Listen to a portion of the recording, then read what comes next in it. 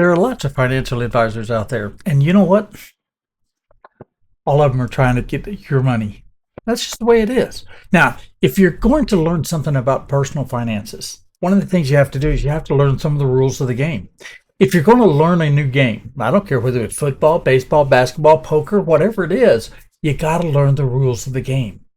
All right. So let's talk about some of the rules of the game before you ever get started in your own journey of personal finances. The first rule is don't take financial advice from broke people.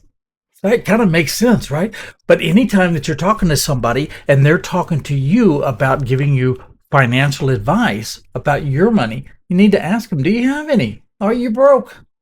Right? Seems like a pretty good idea. Now, to start off with, you should ask me that question. Am I broke? No, I'm not. I started off as a W-2 employee, probably kind of like you are, right? And between my wife and I, we've managed over a period of several years, many years, to actually generate a net worth of just slightly less than $3 million. So, no, I'm not broke. Okay? So that's the first rule. Don't take financial advice from broke people. The second rule we need to understand is that there is no such thing. There is no such thing really as managing finances. What? Yeah, it's kind of like managing time. You've heard about managing time, right? Where what we're going to do is we're going to manage time. Yeah, you don't get to do that. You don't get to manage time. Right, you get 24 hours in a day. And the great philosopher Jimmy Buffett once said you get 24 hours in a day, maybe 60 good years. It's really not that long a stay. That's what you're going to get. That's all you're going to get. So you can't manage time, but what you can manage is choices. And the same thing is true when you're managing your finances. In a lot of cases, you may not be able to manage how much money you have coming in. You will to some degree, right? But what you can do is you can manage your choices. So rule number 2, after don't take advice from broke people, rule number 2 is that you have to manage your choices. And that becomes what's more important is managing your choices. Third rule here is if you're ever offered free money, take it. Right? Seems kind of silly, right? But take it. Take it.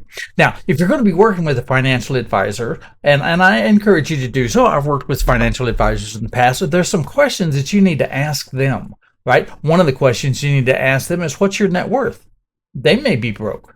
Right? And if they won't tell you what their personal net worth is, maybe you need to leave and go find you somebody else. Okay? The second question you need to ask a financial advisor anytime you're working with them is, how do you get paid? Because some of them get paid based on commissions and some of them getting paid on what they call dollars under management.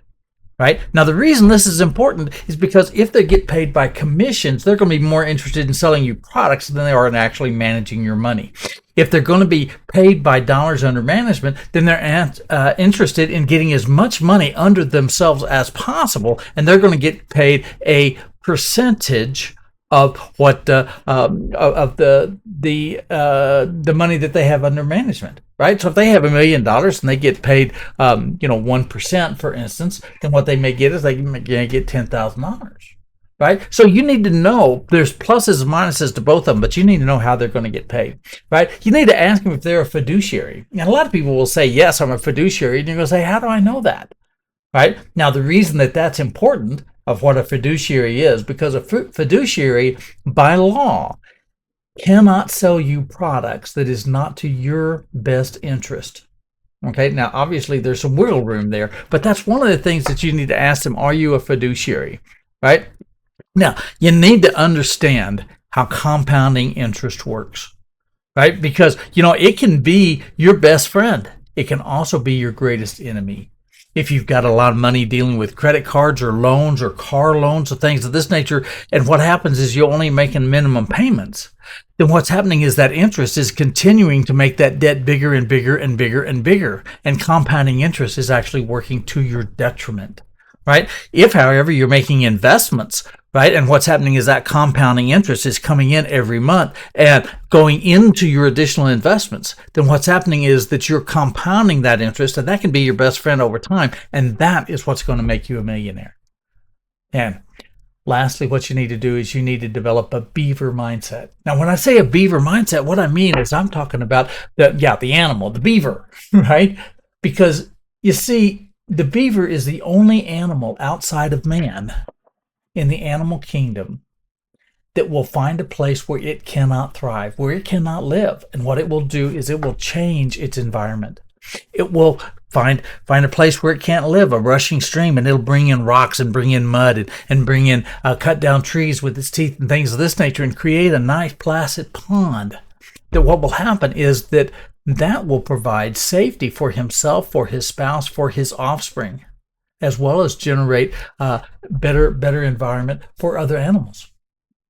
So if you're going to mimic an animal, mimic the beaver, and you need to develop that beaver mindset so that what you're doing is you're changing your environment that's going to benefit you, right? So those are some of the rules. We'll get into more of the how-to things as we get on with the program, but I want you to remember those rules. I'm Mike O'Neill for Money Coach LLC.